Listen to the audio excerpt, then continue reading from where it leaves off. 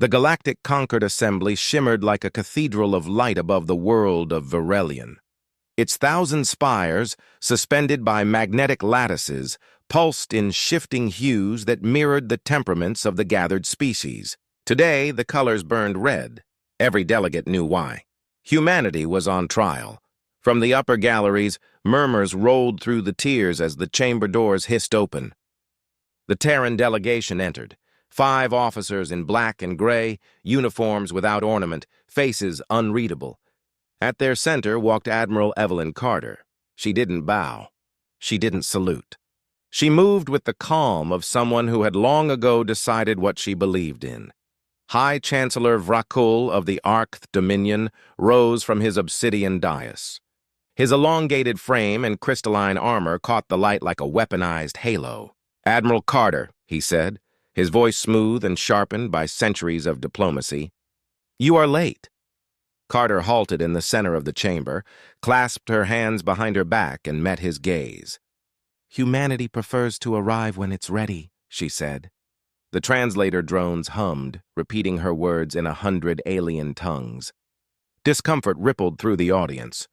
Vrakul inclined his head slightly. "I'll note that arrogance has not dulled since the Reclamation War," Carter smiled, barely. "We call it survival." The Chancellor's attendants brought forth a holographic display. A treaty scrolled in pale blue light, each clause an insult dressed as mercy. Disarmament, resource tribute, dissolution of fleets, mandatory oversight of Terran colonies. The final line, "Earth hereby renounces all claims to sovereignty within the galactic concord." The hall went still. "Your species has waged unregulated warfare across 7 sectors," Vrakul intoned. "You violated the neutrality edicts, destabilized trade routes, and destroyed 3 Dominion outposts.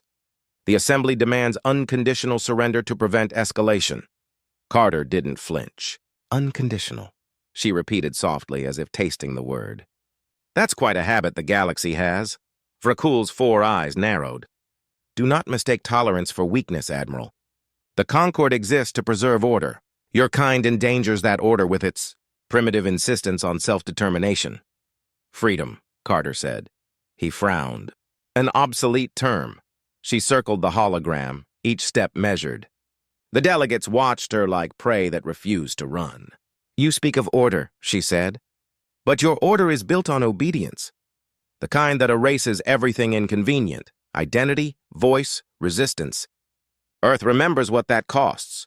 "Earth," Vrakul replied evenly, "remembers being conquered by its own kind. You've simply traded old chains for new delusions of grandeur?" A quiet exhale escaped her. "We broke those chains. We'll break these too if we must." The hall vibrated with whispers.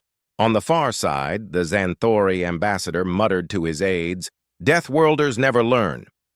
Carter heard it but didn't react. She reached toward the hologram and enlarged a single line.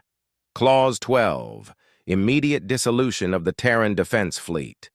Her reflection shimmered on the blue surface.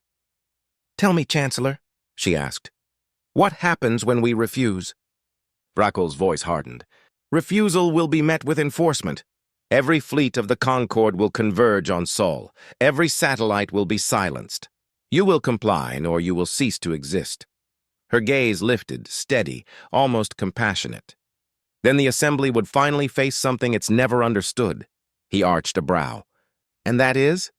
"The moment humanity stops asking for permission." Gasps broke across the chamber. The translation drones hesitated, as if even the algorithms struggled to interpret defiance this pure. Carter turned slightly toward her aide, Captain Darius Holt, who stood to her right. He didn't move, but she caught his subtle nod. The encrypted transmission had been sent. Protocol denial was in motion. Vrakul leaned forward, claws clicking against the armrest. "Be careful, Admiral. Every word you speak here is recorded for the archives. Defiance will not age well in history." Carter's voice softened, almost a whisper. "History has never been kind to truth-tellers. It remembers them differently later." A few alien dignitaries shifted uncomfortably. The Caliph delegate hissed through his gills. "This is madness. The Terrans will doom themselves." Carter turned toward the gallery, her tone quiet but piercing. We've been doomed before, yet here we stand. The sound carried farther than it should have. A human voice, unamplified, echoing through the metallic chamber. It wasn't loud. It was inevitable. Vracul tapped a claw against the table. Enough sentiment. The assembly requires an answer. Sign or... She interrupted. He paused, surprised at the interruption. Few dared to cut him off. Or you will face the combined judgment of the galaxy. He finished, his composure restored. Carter studied him. The silence stretched until it began to feel dangerous. Judgment, she said finally. That's the word you use when you've already chosen the execution. Vracul's composure cracked. You test my patience, human. No, she said evenly. I test the boundaries of yours. Every delegate could feel it now. A shift in the air, the subtle inversion of power. The woman standing alone beneath the lights didn't look cornered. She looked certain. The Chancellor gestured toward the hologram again. This is your last chance to avoid annihilation. Carter took one slow step closer to the dais. You misunderstand us, she said. Humanity doesn't avoid annihilation. We survive it. The chamber trembled faintly as if the station itself reacted to the words. Somewhere beneath the polished floors, the faint hum of quantum engines resonated. Terran signatures entering orbit. Vracul's attendants looked up, startled. Chancellor. Readings from the outer system. He silenced them with a glare. Ignore it. Bluff and spectacle. The humans are posturing. Carter tilted her head. You should know, Chancellor. We don't posture. We prepare. Her wrist comm flickered once. A secure signal from her fleet. Protocol denial active. Phase 1 complete. She lowered her arm calmly. I see your decision is made, Vracul said, standing. Then so is ours. He gestured toward the recording unit. The Assembly will record that the Terran representative has refused terms of surrender. Hostilities will resume. The destruction of Earth will be noted, Carter said, cutting him off. He froze. Excuse me? I said, she stepped forward, voice firm. Noted. Then she turned, motioning to her officers. They fell in behind her wordlessly. As she walked toward the chamber doors, her boots echoed like distant gunfire. Vracul's voice followed her, colder now. You will regret this defiance, Admiral. Without looking back, she replied, Every generation of humans has heard that. None have stopped to listen. The doors slid shut behind her with a quiet finality. In the corridor, Darius Holt exhaled slowly. You know they'll strike first, he said. I'm counting on it, Carter replied. Then what happens? She didn't answer right away. The lights of the assembly flickered beyond the glass, red warning signals blooming across the horizon. Finally, she said, then they'll learn what denied means. As the lift descended toward the docking bays, the sound of her communicator pulsed once more, encrypted, steady, waiting. She pressed her palm to the panel and whispered, Phase 2. Far below, hidden beneath Virelian's shadow, the Terran fleet powered up, silent, patient, and already aimed homeward. The galaxy believed it had issued humanity's final ultimatum, but the message had only just reached Earth. The command deck of the TSS Vindicator was silent except for the low vibration of its core drives. From orbit above Virelian, the Terran flagship drifted in the shadow of the Concorde's orbital ring, its dark hull invisible to alien sensors. Inside, Admiral Evelyn Carter stood before the primary display, watching encrypted bursts of blue light scatter across the galactic network grid. Each pulse carried one message, a word embedded in every known language, every frequency, every channel. Denied. Captain Darius Holt adjusted the encryption feed. Transmission complete, Admiral. Protocol denial is live in all systems. Civilian, military, trade, even entertainment streams. Carter nodded once. Then the galaxy has heard us.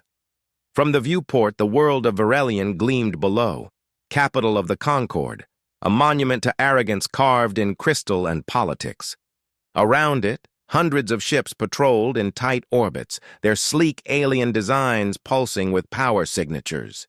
Against them, the Terran fleet waited in complete silence, a dozen dreadnoughts floating without lights, broadcasting nothing. The absence itself was a message. Chancellor Vrakul will see this as a declaration, Holt said.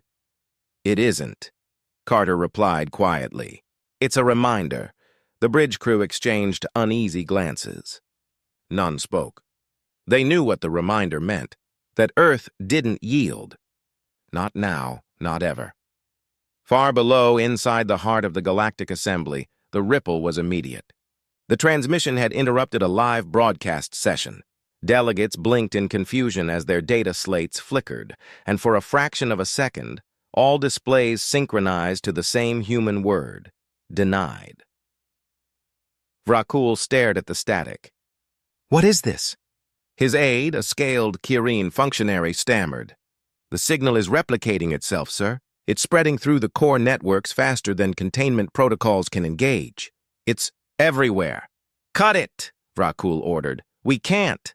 For the first time in decades, the Chancellor's voice sharpened. Then destroy the nodes. A flurry of movement erupted around the dais. Technicians scrambled to isolate Terran subroutines, but the code wasn't attacking. It was simply existing. Every deletion spawned another copy.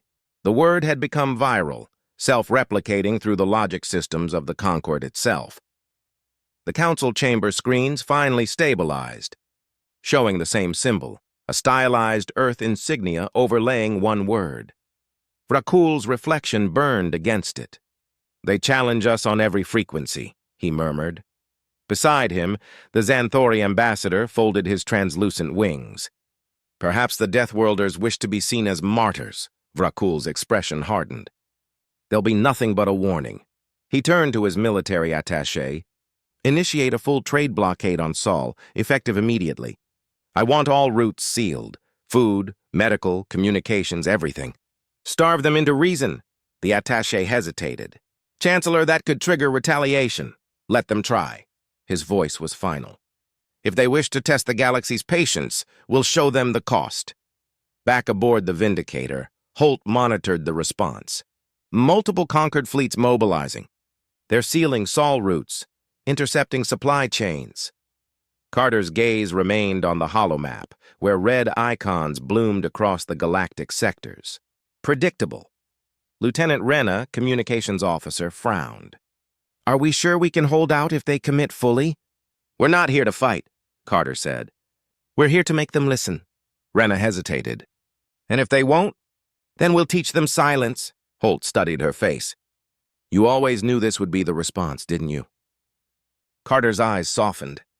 They were never going to accept us as equals, but they will learn to respect what they fear. In the outer colonies of the Sol frontier, the message had already reached miners, traders, and civilians. On Titan's outpost dome, workers paused as their data pads flickered. On Mars, a child stared at the repeating word on her mother's terminal. On Luna, engineers stopped mid-repair to watch the hologram pulse like a heartbeat.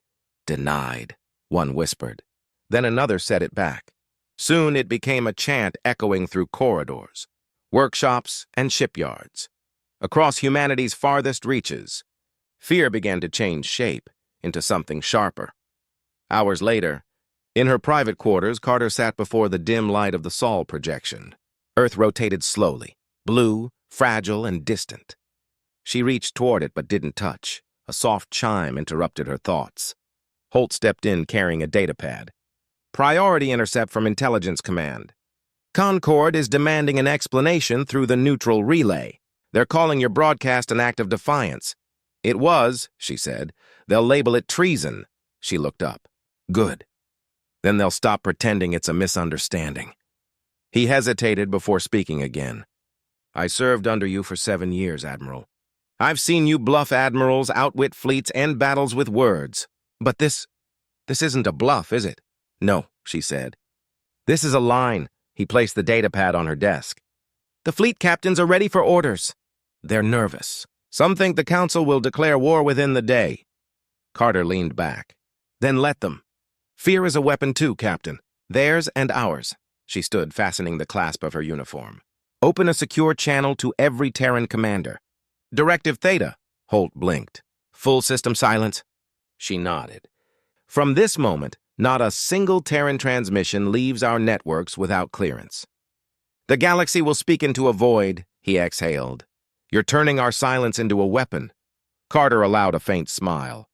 It worked for them long enough. By dawn cycle, panic had spread through the Concorde. Dozens of member worlds reported failures in their communication arrays. Civilian networks crashed. Trade guilds halted operations. Ships lost contact mid-flight. The AI cores that controlled interstellar routing had gone dark. Not destroyed, just unresponsive, locked behind an encryption pattern derived from human neural code. No one could trace the origin. Every trace pointed back to nowhere. At the assembly, Vracul slammed his clawed hand against the console. "They've shut us out of our own networks." His aide whispered, trembling, "Chancellor, every attempt to override fails. The Terran encryption is adaptive. It anticipates our corrections." The Chancellor's tone turned to ice. "Then anticipate theirs. Mobilize the Dominion fleet. I want them at Sol within a week." "Understood, Excellency." He leaned back, exhaling through sharp teeth. They wanted the galaxy to listen. Let them hear its wrath instead. On the Vindicator, the stars flickered in rhythmic patterns, coded Terran signals bouncing invisibly across quantum entanglement lines. The bridge dimmed to red alert, though no alarms sounded. "Fleet alignment complete," Holt reported. "All units in formation. We're tracking 32 Concorde vessels converging near Jupiter Gate." "Maintain distance," Carter said. "We don't fire first." Rena turned from her console. "And if they block all supply to Earth?" Carter's voice was calm, precise. "Then the world learns what hunger feels like. And when the galaxy sees what we endure without surrender, they'll understand the price of trying to tame a death world." The deck went silent again. Every officer knew what she meant. Humanity wouldn't fight for survival. It would redefine it. The ship's AI flickered to life, voice neutral. "Transmission from Concord Command. High Chancellor requests live broadcast, one-on-one within the hour." Carter's lips curved slightly. "They're panicking faster than I thought," Holt frowned. "Should we accept?" "Of course," she said. "Let him speak." "Words are all he has left." As the fleet repositioned above the shimmering blue of Verelion, Carter stood by the viewing glass, her reflection split between stars and shadow. "They think silence means surrender," she murmured. "They've never understood what it means when humanity stops talking." Behind her, the engines powered down completely, leaving only the hum of the ship's heartbeat. The galaxy was listening, and hearing nothing was starting to terrify it. The transmission chamber of the Galactic Concorde shimmered with cold light. Rows of alien delegates sat in semicircular tiers, the air thick with tension and static. The High Chancellor stood at the central podium, every movement deliberate. He was surrounded by recording drones and live broadcast arrays tuned to reach every system under Concord control. Behind the dais, holographic banners displayed the Terran insignia, the emblem of defiance that had appeared in every communication channel across the galaxy. Vracul's voice cut through the static like a blade. "Representatives of the Galactic Concorde, we gather today to correct an anomaly. A single world has challenged the unity that sustains civilization. Humanity has refused our lawful command for surrender. They spread disorder through every relay. Today we end that delusion." Applause rose from some delegates, more out of fear than conviction. Carter stood at the opposite end of the hall. The light reflected off her gray uniform, stark and unadorned. She was alone on her platform, without guards or entourage. Even her translator drones were silent, hovering in standby. Vracul turned toward her. "Admiral Carter, for the final time, you are summoned to submit Earth's compliance. This broadcast will mark the restoration of order." She didn't answer. He gestured to the nearest guard. "Approach the human and hand her the Treaty of Subjugation." The guard hesitated, four-limbed and armored in Dominion black. He stepped forward, clutching the holographic tablet that held the surrender terms. It glowed with pale blue text. He extended it toward her. Carter's eyes didn't move from Vracul. "You think this performance will change anything?" she said quietly. "But you've mistaken control for stability." Her voice carried through the chamber, clear, calm, without edge or tremor. Vracul folded his arms. "What humanity mistakes for courage is merely obstinacy. You are a dangerous species bred by chaos. Surrender is the only path to order. Carter stepped forward. The guard's breath quickened. He was close enough now to see the human's eyes. No hatred, no fear, just certainty. Order? She said. You call it that because you've forgotten what freedom feels like. He flinched. The word carried weight, heavier than any threat. Carter took the tablet from his hand, studied the projection for 3 seconds, then let it fall. The hologram fractured into fragments of light and dissolved against the polished floor. Gasps filled the chamber. The sound was soft, but in the stillness, it was as loud as thunder. Vrakul's voice dropped to a dangerous calm. Your defiance is being broadcast live to every world. Choose your words carefully, Admiral. You speak not only for yourself, but for your entire species. She nodded once. That's why I came. He leaned forward, voice low and precise. Then say it. Do you accept the Conquered's terms? The cameras closed in. The galaxy waited. Carter exhaled slowly. Her gaze swept over the endless tiers of alien faces, some curious, some hostile, some uncertain. When she spoke, her voice was quiet, almost conversational. Denied. The translation nodes hesitated. AI algorithms froze as the word cascaded across hundreds of languages simultaneously. The meaning remained unchanged in every dialect. No embellishment, no distortion, just refusal. For a heartbeat, nothing moved. Then the entire network shuddered. Broadcast systems across thousands of worlds overloaded under the surge of simultaneous transmission. Every holographic screen, every frequency, every personal communicator lit up with the same word. Denied. In the mining tunnels of Alpha Centauri, workers stopped mid-swing. In the markets of Virelion, alien merchants stared at flickering screens. On warships orbiting foreign suns, crews looked up as the message appeared on their navigation panels. The galaxy went silent. In the assembly chamber, the lights dimmed under the interference. A soft hum built through the walls as Terran encryption protocols piggybacked onto the Conquered's own broadcast stream. Every camera turned to Carter automatically, as if compelled. She looked straight into the nearest lens. This is not a rebellion, she said, voice level. It's a reminder.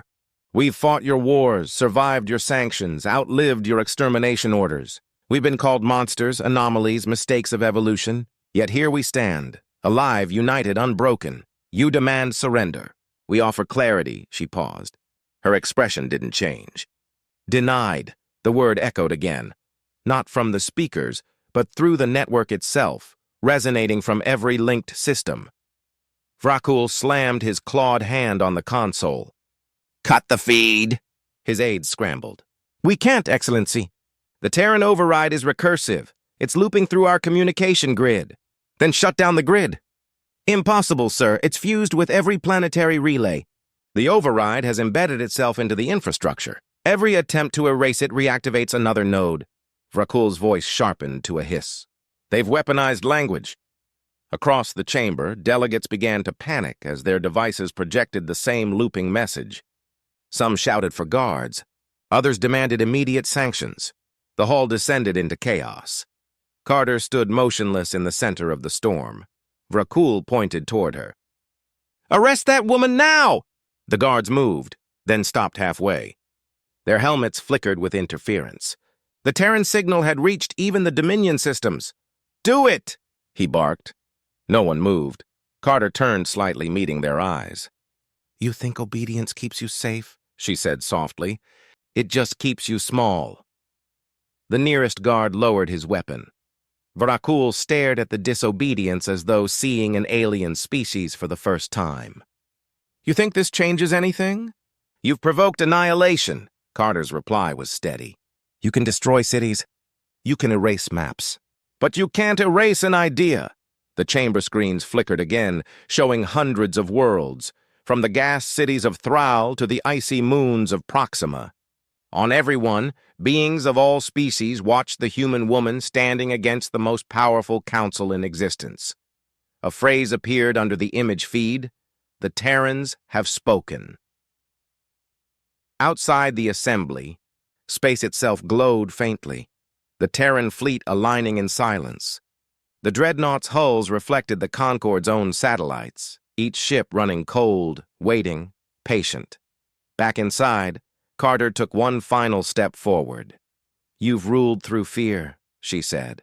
"You taught submission as order. You convinced the galaxy that peace comes from silence. You were wrong. Sometimes silence is preparation." Vrakel's composure fractured, his tone rising to a roar.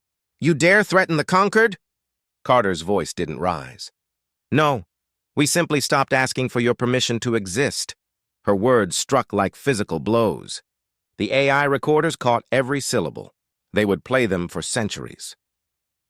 The Chancellor's guards finally moved, not to arrest her, but to withdraw, uncertain and shaken. The assembly lights flickered again as power relays overloaded. Carter turned toward the exit. "Tell your fleets to stand down, Chancellor, or they'll find themselves staring into silence and wondering if it's listening back." Vrakul's voice trembled with rage. "You can't win a war against the galaxy." She stopped at the threshold, looked over her shoulder, and said, "We don't have to. We just have to make it remember who we are." She walked through the closing doors, leaving the Chancellor shouting into an empty chamber. The broadcast continued long after she was gone. Across the galaxy, people replayed the moment again and again. The word, the stillness, the calm certainty. Children on distant colonies whispered it in classrooms. Soldiers etched it into armor. Traders painted it on their ships. One word, spoken once, had become a promise. Denied. And for the first time in centuries, the galaxy realized something terrifying. Humanity's silence had never meant defeat. It had meant patience. The void beyond Verelion burned with the light of mobilization. Fleets from half the galaxy ignited their drives, forming a wall of power around the Dominion's flagships. Thousands of vessels aligned toward Sul, humanity's cradle. The official declaration of enforcement was signed, sealed, and transmitted within an hour of Admiral Carter's broadcast. But the Terran response never came. For 72 hours, the galaxy waited for retaliation. None arrived. No threats, no transmissions, not even the faint hum of quantum traffic. Earth, it seemed, had gone dark. Then, on the fourth day, the silence began to move. High Chancellor Vrakul stood in the war chamber of the Conquered's flagship Resolute Dominion. Every hollow display shimmered with data. Gravitational anomalies, power fluctuations, unexplained static bursts along the Sol perimeter. He slammed a clawed hand against the table. "Explain this. Where are the Terrans hiding their fleets?"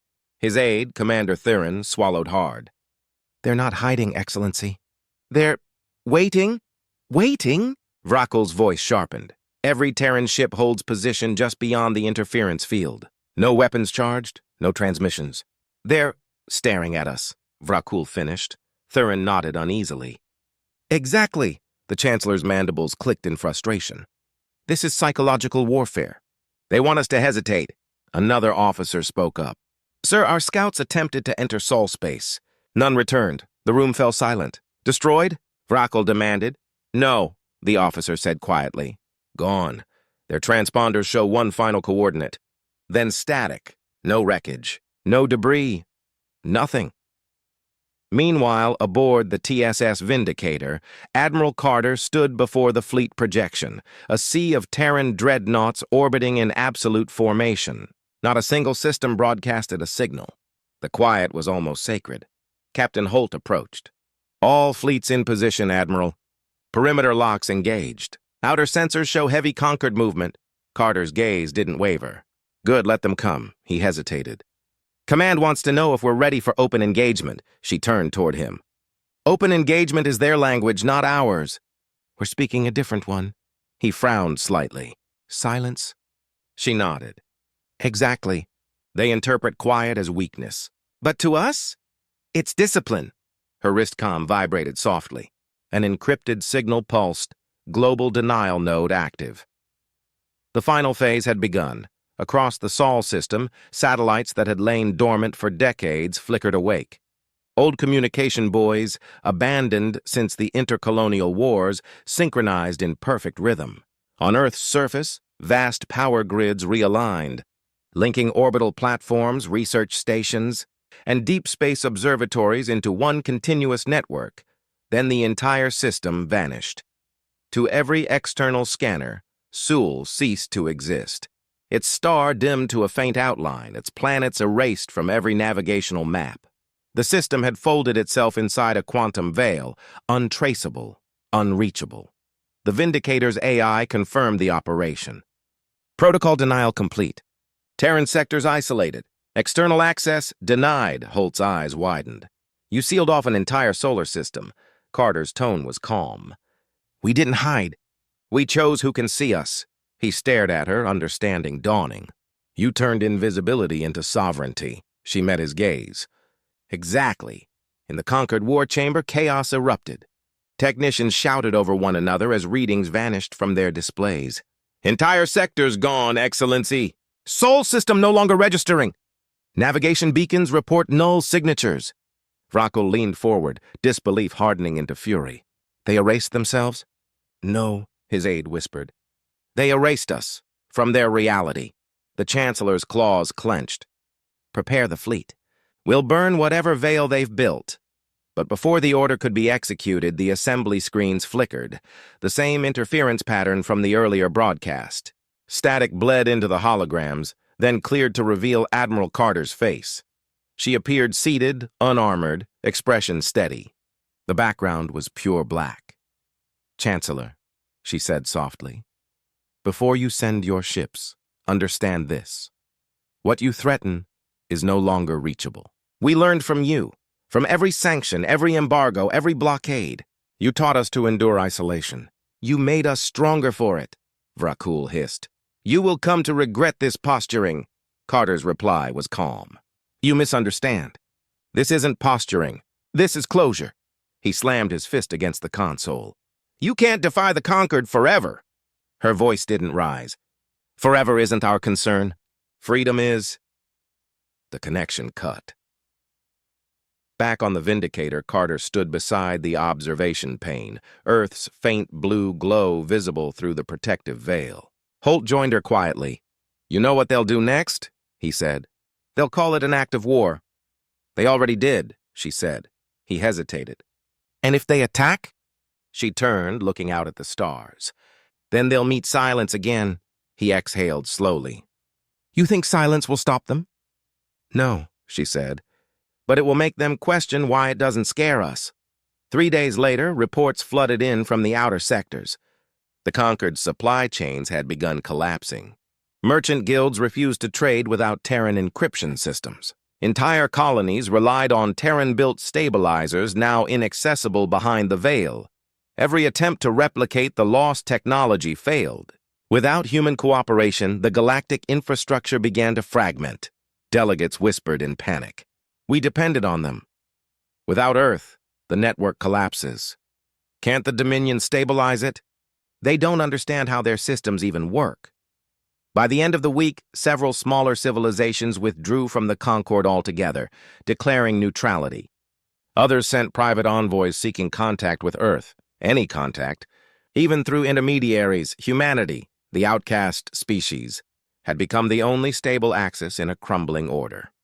Inside the conquered hall, Vrockel stood alone, watching as the great banners of member worlds dimmed one by one. His aide approached nervously. The Dominion fleets report minimal progress. Their scanners can't penetrate the Sol barrier. Every attempt to breach it collapses the sensors. Then they will try again, Vrockel said bitterly. But, sir, our allies are deserting us. They're calling for peace talks. He turned slowly, eyes cold. Peace requires submission. The Terrans don't understand that. The aide hesitated. Perhaps they do, Excellency. Perhaps that's why they refused. Vrockel said nothing. In orbit above the hidden Earth, the Terran fleet hovered in perfect alignment.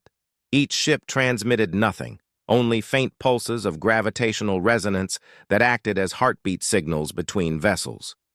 Carter walked the silent deck, feeling the subtle tremor of the ship's engines through the floor. Holt followed, carrying the latest reports.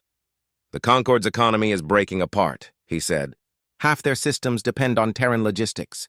Without us, they're blind. Then they'll come crawling, she said. They might come shooting first. Carter stopped, turning to face him. They can fire at the dark all they want.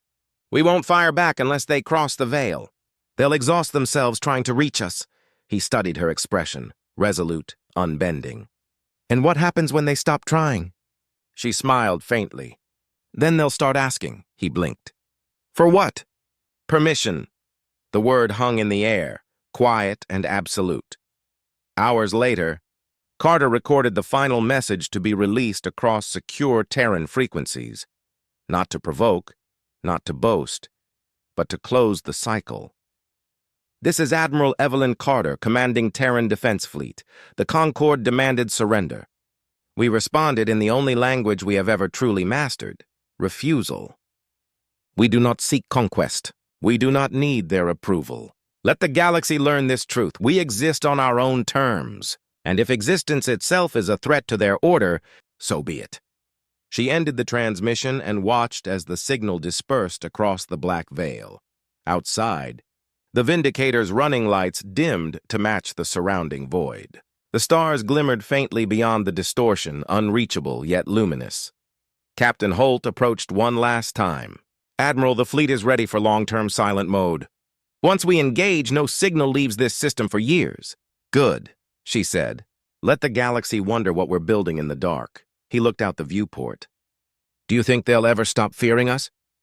Her answer was soft but certain. Fear isn't the goal. Memory is. The engines hummed once, and then silence. Above the hidden Earth, the Terran fleet drifted like sentinels guarding the future.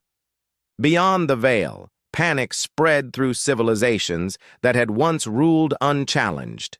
History would later record that no war followed that day. No invasion, no declaration. Only quiet, vast, deliberate, eternal. Because when the galaxy demanded Earth's surrender, humanity sent a single word. And the universe had never truly recovered from hearing it. Denied.